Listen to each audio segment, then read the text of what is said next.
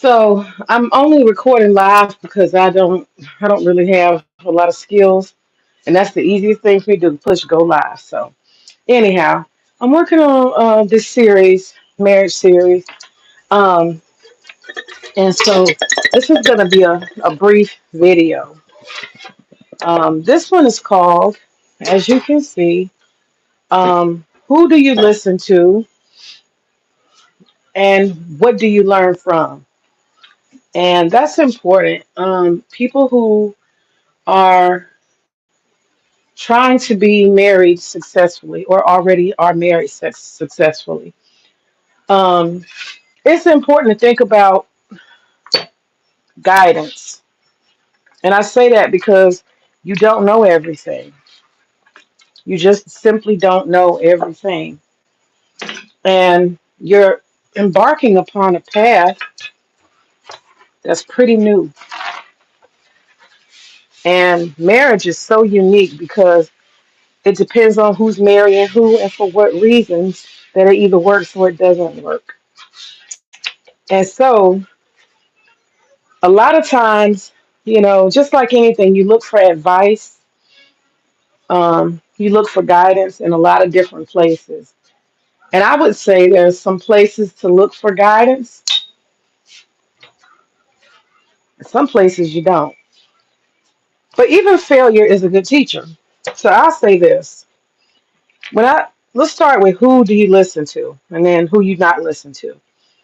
And then we'll go into where do you learn, where can you learn from? Where can you learn from? So when it comes to who to listen to, I'll tell you who you should listen to. The people who you should listen to when it comes to marriage. Hey, cynical. Hey, hey. The people you should listen to when it comes to having a successful marriage. I need a bigger bowl than this. The people you should listen to. They are people who are exactly where you want to be. Okay, that's the first thing. They're exactly where you want to be. That means if you're coming to them passive or aggressive, and I say that because sometimes you just have people talking and you listen. You know what I mean? Sometimes you're not actively seeking out people's advice, but the people you want to listen to, they're exactly where you want to be. And if you're trying to be married, so if you're a woman, you need to be listening to a woman who's been married, tested, been through some things. And so my suggestion would be anybody who's been married less than 20 years, they're still learning. They don't know much. Okay. I said something in a chat or something the other day, and I said, my suggestion for people to when they're married, don't have children for the first 5 years. And the person responded, "Man, you crazy. If you vet, you don't have to worry about having no kids. You just ain't nobody finna wait for that." And I'm like, no, actually, you do need to wait because if you've been in enough relationships, you'll find out that within 3 to 5 years, the honeymoon season ends. Okay, and there is a honeymoon season where people are still on their best behavior. They ain't been through a whole lot. Cause so you got to see somebody in their downtime. You got to see somebody through their depressions. You got to see them through some ups and downs, some loss in life. That's when you really find out who you're with. And in the first 1, 2, 3, 4 years, you're not gonna necessarily come in contact with who the person really is when they get under pressure or they get under stress. You're not necessarily gonna have really met them. You got to meet all of a person. And see, that's a neophyte. That's somebody who's never had relationships. They don't know nothing about that. Within 5 years' time, for the most part, the honeymoon season will be over. And that person will have had time to go through some things and show you who they really are, right? Because people are very neat and clean and tidy, and they do all the great things when you're dating and you're getting to know each other. They're still saying please and thank you and having good manners. and acting like they got sense. And I'm not saying people are bad. They may show you an amazing side of themselves. Sometimes people unfold, and they unfold gracefully and beautifully. They give a side of themselves when they have their guard down that you never saw. So it can go either way. You can fall more and more in love with a person because they're starting to really let you in and be more vulnerable and open and more kind and more compassionate and loving. It can seal the deal even more. But you could also end up with somebody who's like been acting, playing, and being different than they really are. So 5 years, I would suggest, is a good time to wait before having children. That's just my opinion. And you'll notice that. A lot of couples, they'll be together a year, 2 years, don't even get married. But once that first kid comes, so that's 4 years, 3 years into a relationship, there's a kid and the pregnancy, whew, that's the thing. It changes the game. Pregnancy changes the game. And you'll notice right at the pregnancy or right after the child is born, that's when the breakup comes. Pressure bust pipes. That's why I say be tried and true. Give it 5 years. See who everybody really is. Learn each other. And then you have to decide, do I really want to go to that next level? And that's how come in the black community we have so many children that are born as a series of relationships. Like I guess you would say, what do you call it when you go on this trip and you bring something back from the trip? What's it called? Bring me back I forget the word, but that's what people do. A lot of black folks do. We rush in. We rush in. We in such a rush. We in such a rush. So that's the first thing I would say. People who are not tried and true, they ain't been around in a successful relationship. And again, you'll never know exactly if somebody's truly happy or not. You'll never know that. But do they look functional? Do they seem like they both got a little vibe or something going about themselves consistently? Are they do they seem like they're working together? Not a lot of strife and craziness and chaos. And people can put on. So I don't ever think for a second that people, I'm coming, I'm coming, I'm not done, I'm coming. I don't think for a second that people are really, all that, is exactly, perfect. Just because, oh my goodness, let's switch this around. I'm putting all this spaghetti together. Just because they put on airs. But if you can genuinely tell that a couple is functional together, I would suggest the people you want to listen to is a couple like that. They've been together 20, 30 years. They may be in your family. They may be somebody at your church, your community. Young couples need mentoring couples. You know, you need that. And so that's who I would listen to. Get you a mentoring couple. Okay, put all this spaghetti in here. Get you a mentoring couple. Somebody who has your best interests at heart. They get to know you guys as a couple. It's a really good thing to have. That's for people who are serious about family.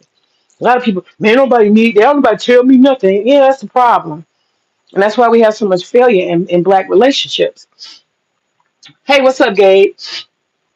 That's why we have so much failure in black relationships because everybody's so arrogant. They know everything. There's a time to learn and a time to crawl and a time to grow. And eventually you walk. But having a mentoring couple, somebody you can reach out to, it's very, very, very important. It's something that it really does matter. So that's the first thing I would say. You want to talk to people who have been through the fire. They've proven themselves to be in a successful relationship. Okay. And I say that because you got a whole lot of people. They got a lot of mouth in the world. They write books. They sell classes. A lot of them call themselves relationship coaches, relationship gurus, therapists. They do all of this. And what you find out, I swear, you will find out a lot of these people who are relationship coaches and marriage counselors and all that type of stuff. Look into their past. Look into their past. You're going to find out they have been in serial relationships. A lot of them, believe it or not, These experts are unmarried. If they're not unmarried, I very rarely have seen any of them. They have been in a relationship 30, 40 years. I have rarely seen that. Most of the people that's running their mouth about what works in marriage and relationships, they are single people who are not where you want to be if you want to be married. Let's just keep it real. They're people who have failed in marriage. They're people who don't actually have any real experience. They don't have years and years of experience. Why are we listening to people who don't have any years of experience? And I'm talking about lived experience, observing and watching other people. That's not lived experience. You're not navigating anything. You're observing and responding to other people's lives. That's not lived experience. I'm doing this for my marriage series, talking about who do you listen to and where do you learn from. These folk don't have experience, day to day experience, year after year, decades. You want to talk to people who have decades of functional married life and who seems to be functional and somewhat satisfied with their marriage. These are the people you want to listen to. There are people out here who write books, they have classes, workshops, they act like they're experts, and they have barely managed to have any kind of successful relationships with the opposite sex. No function, none. They don't have any years invested. You can't listen to people like that. They don't actually know. It's one thing to know, it's another thing to assume. I wouldn't be going to people who assume. I'm just saying, if you're looking for wisdom and real knowledge, you want to have people who have lived experiences. So I say that to say a lot of these gurus have been divorced. I was listening today to something, and I was listening to a guy who called himself like a marriage, coach or a marriage therapist. This mug was on his third wife. Look at Steve Harvey. Now he managed to get Marjorie and keep Marjorie, but he has not been a successful man when it comes to relationships. And some people will argue that his relationship with her is dysfunctional because he got a buyer to keep her, right? He got a buyer to keep her, and he's in a very compromised situation. If you hear how he talks about her, he acts like she doing him a favor. Weird, strange. It doesn't sound much like marriage, but they are together. And that's the thing. Being together is different than being married. So that's my first thing. Don't listen to people who don't have experience. They don't have lived experience, decades of navigating a functional, healthy, happy relationship. People who don't believe in family. That's the second one. Don't listen to people who do not fundamentally believe in family. If they don't see family as the main function, of your existence as a married person, don't talk to them. Like they have nothing to share with you. Because people who believe in marriage and the institution of marriage and family, they think totally different than people who believe in just freestyle lifestyle. There's nothing wrong with freestyle lifestyle. It's just fundamentally different. And people who are not committed to family and community life, no need to listen to them. They have nothing to offer you as a married person. Okay, so that's the second one. And like I would say, the third one, don't listen to anybody who is, calling themselves a therapist and the this and that. If you ain't got 20 years in the game and you ain't where I want to be, the therapist, somebody, oh, I'm single, but I'm a therapist. Nah, nope. I'm a relationship coach. Nope, nope, none of that. I'm a marriage counselor. Nah, you can't do nothing for me. Nothing, nothing. You have no learned and applied knowledge. See, applied knowledge is a different thing than assumptions. Let's be clear.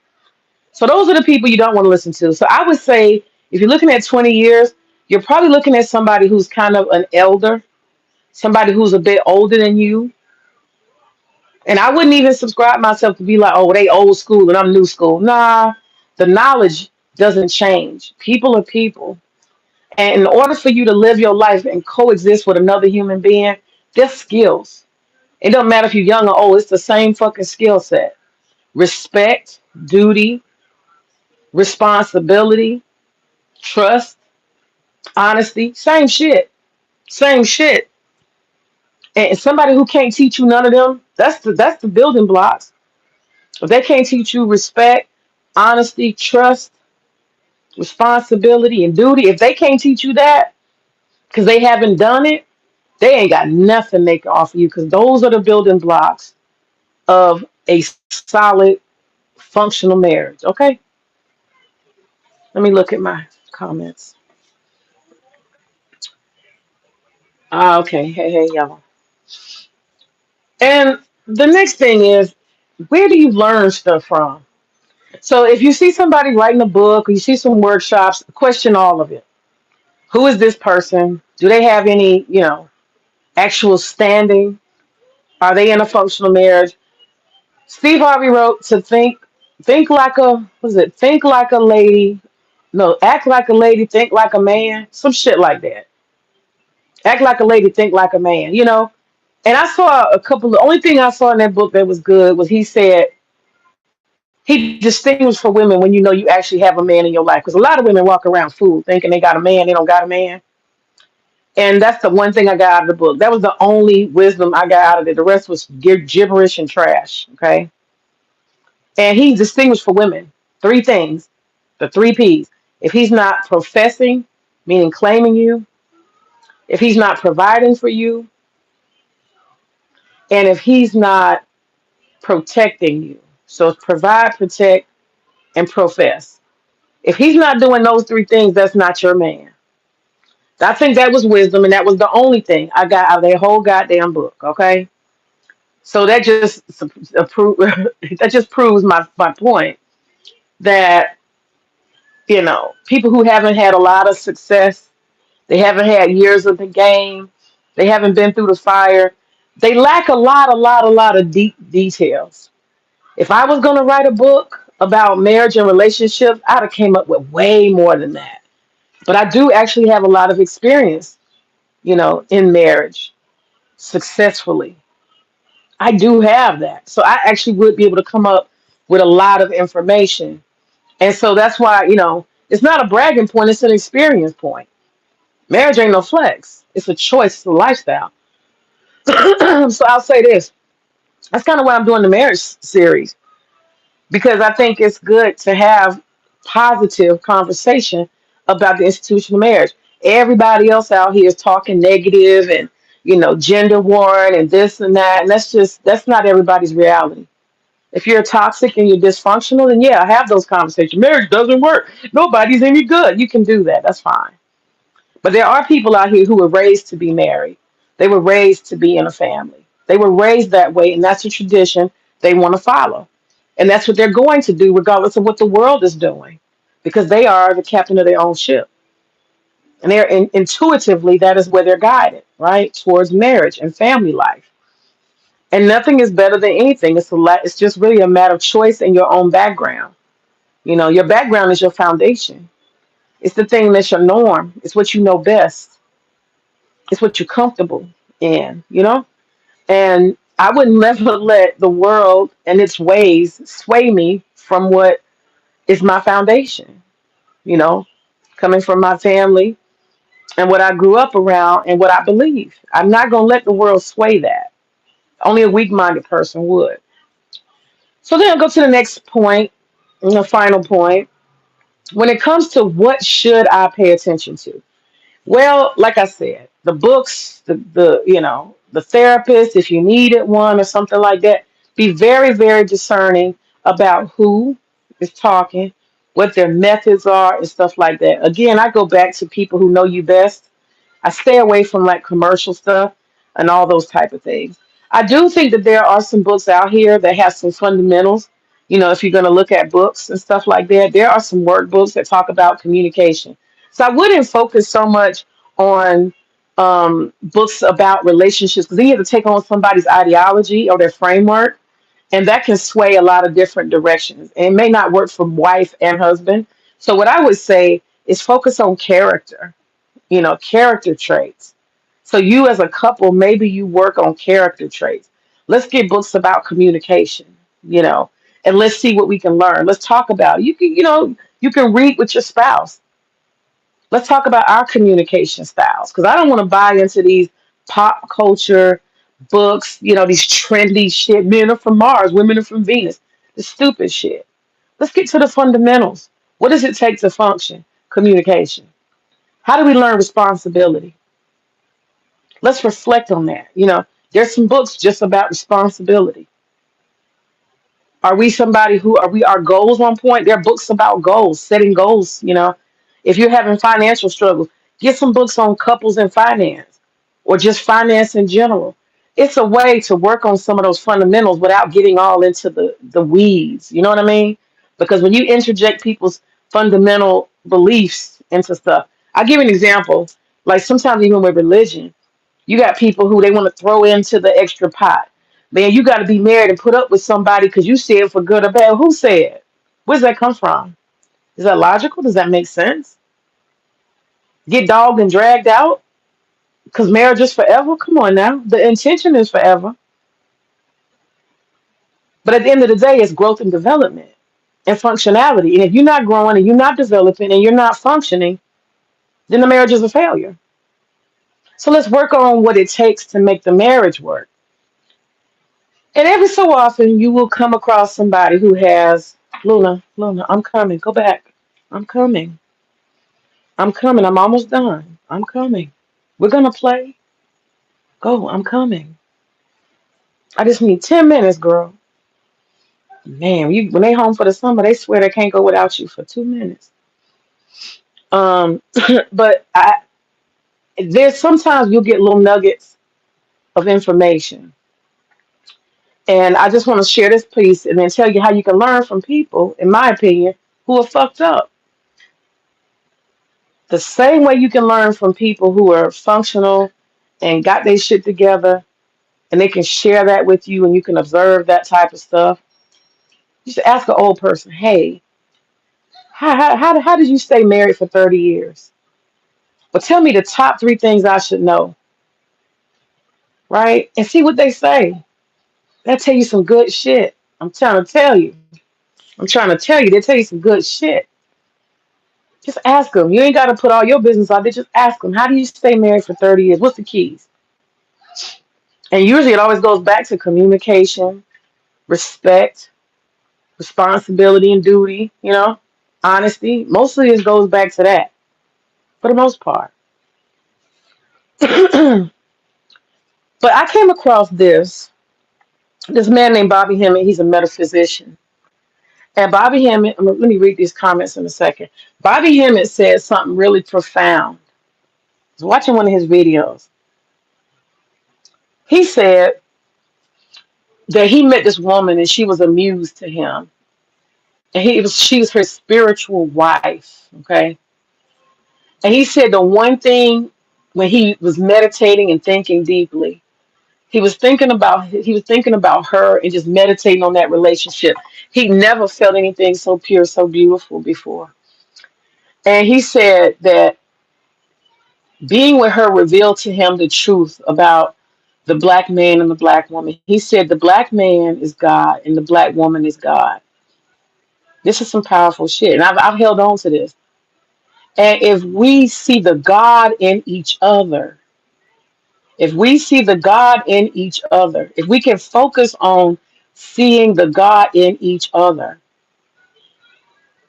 treat each other like gods. I was like, what? What? He said, what do you do with God? You worship God. What does worship mean? He said devotion. You show up for God consistently. This is what religious people do. You give service to God. You serve your partner. You worship them. You put them on a pedestal. You see the greatness in them. What do you do when it comes to prayer? Exaltation. You lift the person up. You tell them how amazing and how beautiful they are. You lift them up. He talked about giving, what is it? what did he say, alms or money? He was talking about that. You give each other gifts. You give each other um, kindness. You're constantly giving something, just like people do when they give donations to their religion, right? In the name of God. He said, if you treat each other like God, those basic elements. Do you talk negatively about God? No, you talk positively. You uplift always. That same energy that you have, that relationship you have towards God, directed at your spouse. If you treat each other like you're important and valuable, worthy of worship, and you worship each other, he was like, there's nothing in the world you can't do. And you have to think about that. What is that like if you're in a relationship with somebody and they know how to talk to you? And 99% of the time, they have some positive, uplifting shit to say every time they come in your face. Think what that feels like. They say good shit to you. They got praise for you. And of course, in practical world, you have to have some hard conversations sometimes because everything ain't gonna be perfect.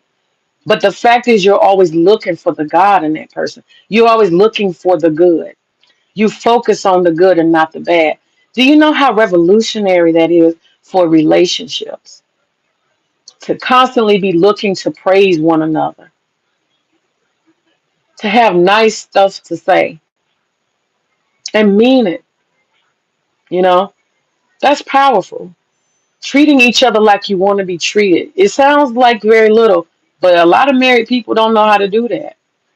A lot of people have a lot of antagonism and a lot of anxieties with each other, you know? You got to genuinely like each other and see the God in each other. And when you're less than you should be, they're going to lift you up to where you ought to be. That's some powerful shit. But people without experience, they don't know nothing about that. They're not going to be able to tell you about how that actually operates in an applied way.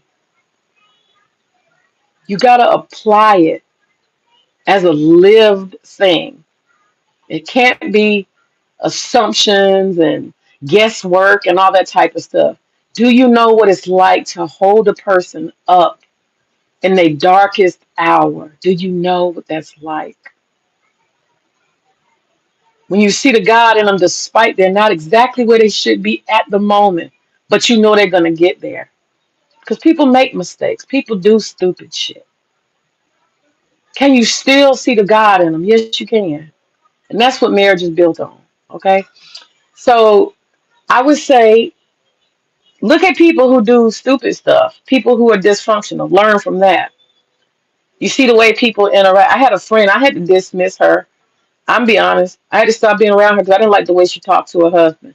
And I'm not even on that, man, woman role. I'm not even on that. I just simply was so uncomfortable. We'd be hanging out. We would, co-ed couples, and we'd go out, and then she'd just say certain stuff to him. And I'm drinking, and I'm like, damn, you fucking my high up. And he didn't care. He didn't take it no kind of way. But if it had been vice versa, he had been saying that type of shit to her, it would have blowed my high. It's no different. You don't know how to talk to somebody. You annoy me because I don't like the way you talk to him. And if he was talking to you like that, I wouldn't like it. I can't get in nobody's business, but I can stop being around you because that's some dysfunctional shit. You don't get out in public and disrespect your spouse or even privately. Don't do that shit. Have the utmost respect. Talk to each other like you got some damn sense. This is the person that's gonna wipe your ass and take care of you and lift you up when you get real fucked up. This is the person. And nobody else gonna do for you what your spouse gonna do. Respect that shit. Put some respect on their name. You'll never ever hear me just out here talking about, oh, my husband can't. Nah, nah.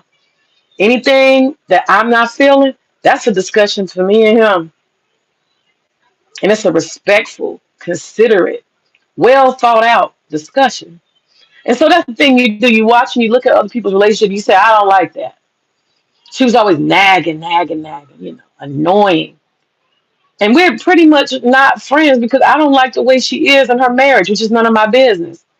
That nagging, I couldn't take it. I just can't be around that couple. They have angst and anxiety between them, and when they're around other people, they fucking show it. I don't want to be around that. It's annoying. You don't got to be perfect, but act like you got some damn sense. So it's stuff like that. You can be around people and you can learn what you don't like and what you don't want to be. And you can look at them and you can see how that shit looks. And I'm not saying you live for the public, but you can actually see how that shit look.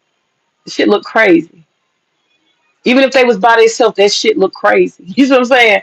I don't want that for myself. So you can look at people who are dysfunctional and you can very, very well see I don't want no parts of that. So you can learn from people's dysfunction. That's what I'm saying. All right, let me look at the comments. Let me see real quick. Let me look at the comments. Let me see here. Gabe, let me take this thing off so I can see. Let me take this thing off so I can see. Gabe says, I think marriage principles go across generations, but the day to day looks very different. My marriage versus a 20-year marriage looks very different from a day to day. Absolutely. Absolutely. It's gonna definitely look different. And so yeah, some stuff old folks they can't necessarily give advice on certain detailed stuff because it may not be their experience. But I do think that those fundamentals about respect and loyalty and duty and responsibility, yeah, that type of stuff, and respect. I mean, just all of that: respect, honesty, loyalty, duty. I mean, I'm big on duty. I'm very big on duty. And so that's what I would say. Don't listen to these naysayers. And that's the thing too. I'm not trying to be mean, but single people, if you're married, don't listen to no single people. Not none. They don't know shit. They don't know a damn thing, most of them, about long term longevity. Because a lot of single people, they in it for fun, a good time, and get the fuck on. And what can a person who's in it for fun, good time, and get the fuck on? What can they give you? What can they really tell you? And that's the one thing that the reason why I do love marriage. I'm a woman I'm not bitter. I'm not overexposed. And I'm not saying you can't be married and get bitter and overexposed, but I think a lot of times, so many of us, men and women, you think about it. Okay, so I'm 18. I got a relationship for 6 months. This person dogged me out, you know. Then the next 8 months, 8 months later, I'm in this other relationship. This person dogged me out. Then this person cheated on me. Then this person used me. And shit, by the time you damn 30, between the age of 18 and 30, because you out here aggressively serial dating and allowing access to every goddamn body, before you know it, your ass is hard. Male and female, you hard. You don't trust nobody. You can't let anybody in. You can't listen. You think everything's a lie. You're distrustful. I was in a relationship with somebody who had been he only been in a relationship and got cheated on, and it ruined his ass. He had no levels of trust. He was incapable. So it can happen with just one relationship, but most people are doing overexposure. You know what I'm saying? They're doing between the age of 18 and 30. They done had 10 damn or more relationship short term experiences, and it's no good, in my opinion, for the heart. It's no good. Why do I say it's no good for the heart? Because for every time somebody stabs you, you have a scar. For every time somebody abandons the relationship or picks somebody else over you, or whatever the case may be, rejection of any sort, there's a scar. And you think about that. You got motherfuckers out here, they got a scar in their heart, a stab in their back, a cut across their throat, betrayal. I'm just saying, you got people that been battle whooped. And you trying to dance into a relationship with that? You crazy. They ain't gonna do nothing but take out all that angst because people don't get therapy. They don't get therapy. So it's gonna be your problem. Every scar they got on them that other people did, you're gonna fucking deal with it. And you're better than that. Nobody wants to walk around dealing with somebody's scars. You know, you trying to patch up this and sew that up, put ointment on that. Motherfucker just walking around scarred up. Emotional scars, all kind of scars, psychological, toxic shit. Ain't nobody got time for that. Life is too short, baby. Life is too short. I would not spend no time on no toxic, scarred up ass person. But a lot of people are walking around with a lot of baggage. Erica Badu did that song, Bag Lady. You gonna hurt your back, dragging all them bags like that. Fuck around and find out. Keep on exposing yourself, letting any and everybody of low quality, have access to your heart, your body. They'll fuck you up. You won't be able to be sexually functional. You won't be able to be emotionally functional, you know, psychologically functional. You won't be able to connect with somebody. Just keep exposing yourself to a whole bunch of low, I guess you would say low vibrational bullshit in relationships. Because guess what? Short term relationships with no intention for long term, what do they owe you? Nothing. Do they owe you respect? Nope. What's the consequence? Nothing. Absolutely nothing. There's no consequences. There's no investment.